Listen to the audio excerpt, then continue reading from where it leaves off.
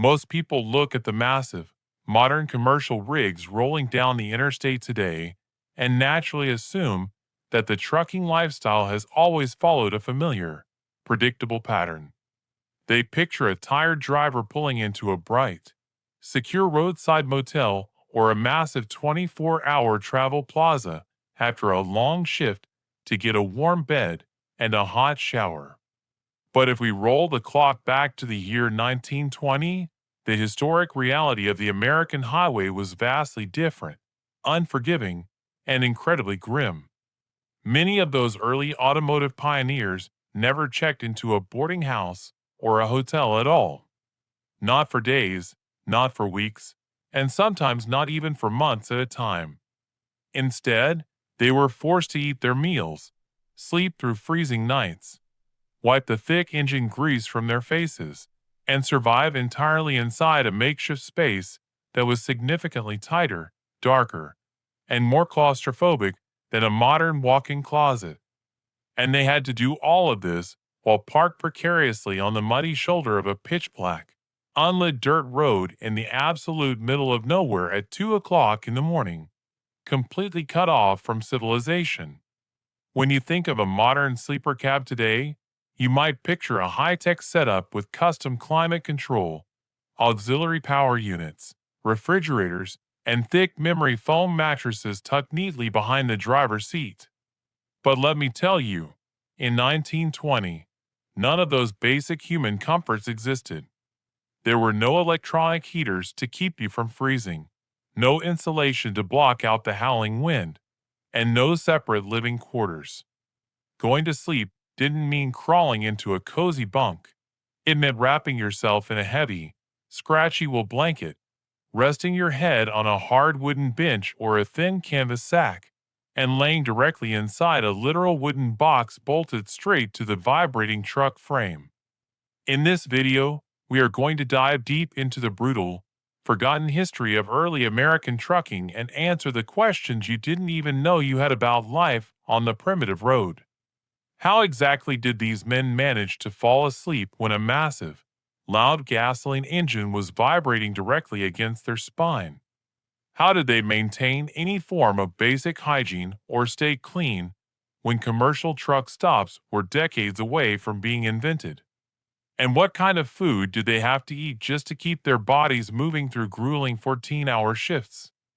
Let's pull back the curtain on the jaw-dropping, rugged reality of the 1920s highway. To truly understand exactly why these early automotive pioneers were forced to live under such incredibly brutal, punishing conditions, you have to throw away everything you know about modern geography and look closely at a highway map from the year 1920. In those days, the massive, interconnected interstate highway network that we all completely take for granted today simply did not exist. There were no smooth asphalt lanes, no concrete overpasses, and no clear signs guiding you safely across state lines. In fact, across the entire expanse of the United States, there were fewer than 15,000 miles of properly paved road.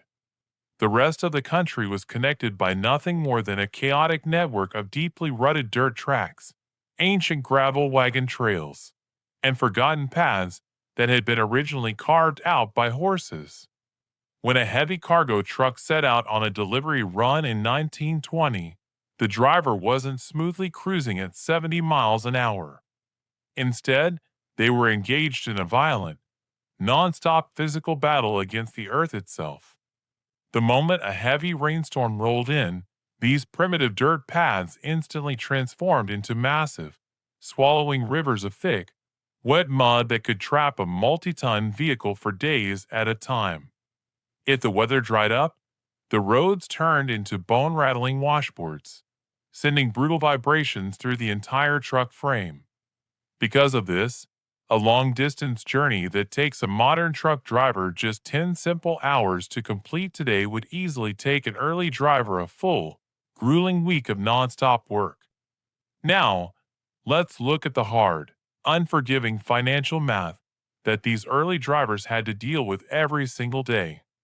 In the 1920s, A basic room in a rural boarding house or a small, creaky roadside inn would typically cost a driver anywhere from $1 to $2 a night.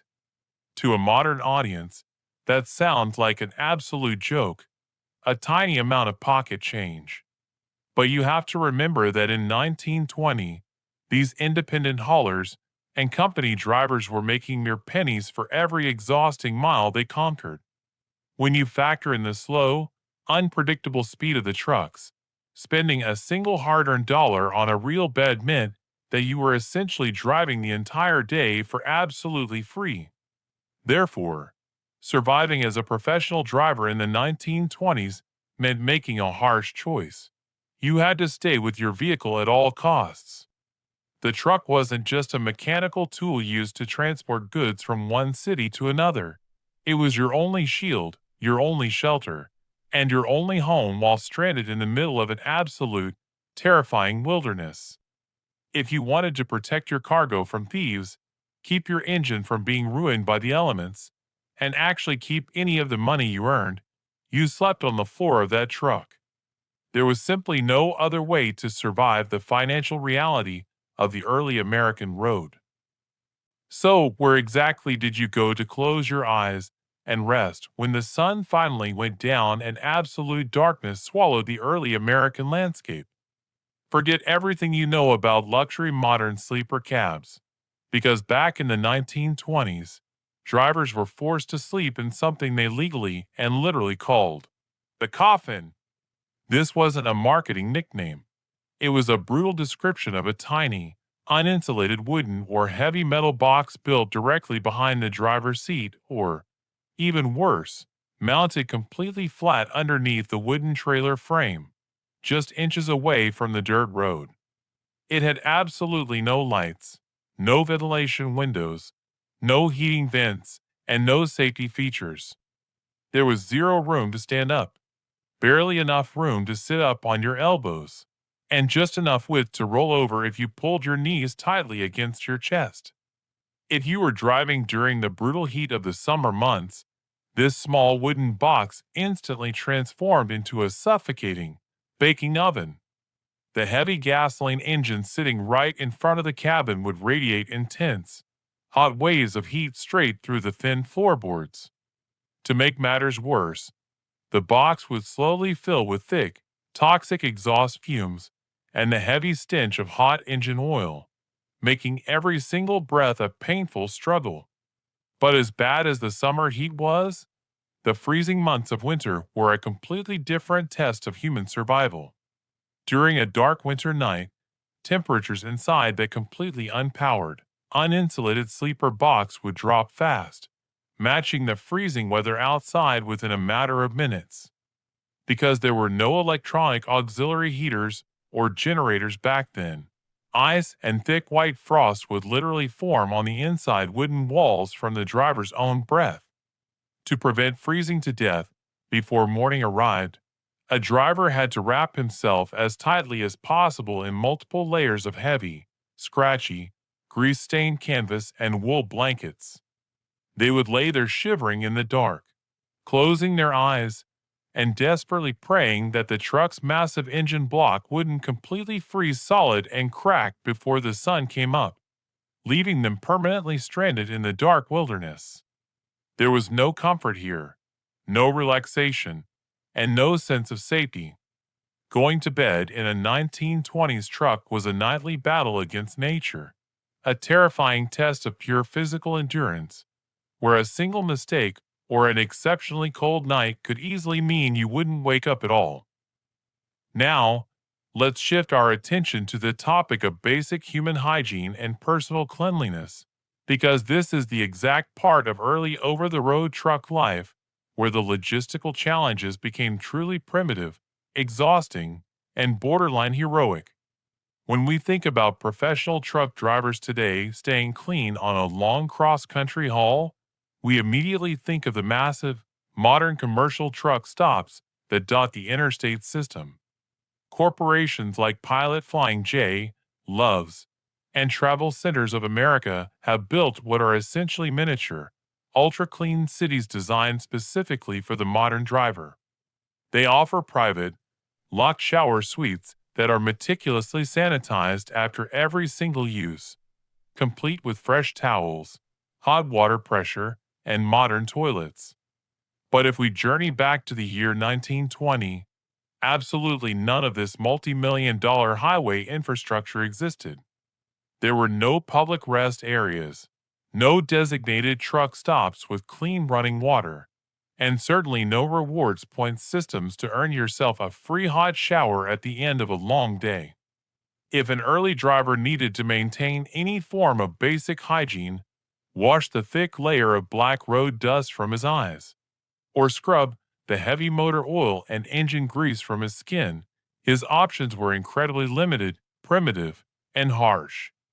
For the vast majority of these early highway pioneers, taking a shower usually meant filling an old, rusted iron bucket with freezing cold water from a hand pump behind a rural general store, stepping into the dark woods, and pouring it directly over their heads. If they were lucky enough to be parked near a river or a stream during the warmer summer months, they would strip down and wash themselves in the open water, fighting off swarms of mosquitoes while using harsh, generic lye soap that would practically burn their sunburned skin. Furthermore, let's address the uncomfortable reality of going to the bathroom at 3 o'clock in the morning when you are parked on a muddy shoulder in the middle of a dense, pitch-black wilderness. There were no indoor plumbing systems on these trucks, and no portable plastic chemical toilets tucked into the cab. An early driver had no choice but to grab a heavy iron trench shovel and a roll of rough paper, step out of the wooden cabin into the freezing wind, and walk deep into the dark, unlit woods. They had to do this while risking encounters with dangerous wild animals, stepping blindly into deep mud holes, and shivering in the sub-zero temperatures. It was a daily, humbling test of pure human endurance, where staying clean wasn't a matter of comfort. It was a brutal chore that required immense physical effort just to maintain a shred of human dignity. Now that we have explored the tight, suffocating sleeping spaces and the exhausting, primitive struggle to stay clean, we must look at the final piece of the survival puzzle on the early American road: food. What exactly did these early automotive pioneers eat to keep their bodies moving through grueling 14-hour shifts, when there were absolutely no fast food drive-thrus, no modern highway diners, and no refrigerated convenience stores? Today, a modern truck driver can simply pull off the highway and access an endless variety of hot meals, fresh salads, and ice-cold energy drinks at any hour of the day or night.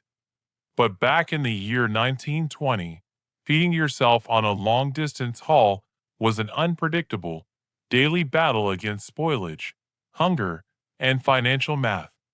Because early commercial trucks completely lacked auxiliary power units, small electric fridges, or insulated coolers, keeping any fresh food from spoiling inside the hot cabin was completely impossible.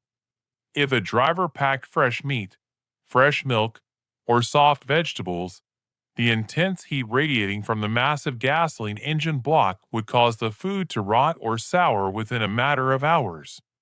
Therefore, an early driver's daily food ration had to consist entirely of heavy, non-perishable items that could survive inside a dirty, grease-stained burlap sack under any weather conditions. For the vast majority of these independent haulers, a typical daily menu was incredibly repetitive, bland, and physically difficult to chew.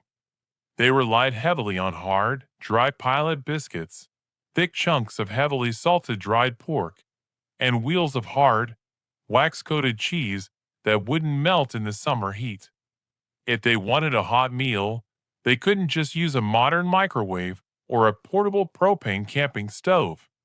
Instead, they would often take a tin can of baked beans or cheap meat stew, punch a small ventilation hole in the metal lid, and wedge the can directly onto the scorching hot exhaust manifold of the truck engine while they drove. After an hour of rough driving, the engine heat would bring the beans to a dangerous boil, providing the driver with a primitive, grease-scented hot lunch. For caffeine and hydration, there were no clean plastic water bottles or insulated travel mugs. Drivers carried heavy, dented metal canteens filled with lukewarm water that often tasted strongly of rust and iron. If they wanted coffee, they had to brew it themselves over an open wood campfire on the muddy shoulder of the dirt road, sitting on an old tire in the freezing wind.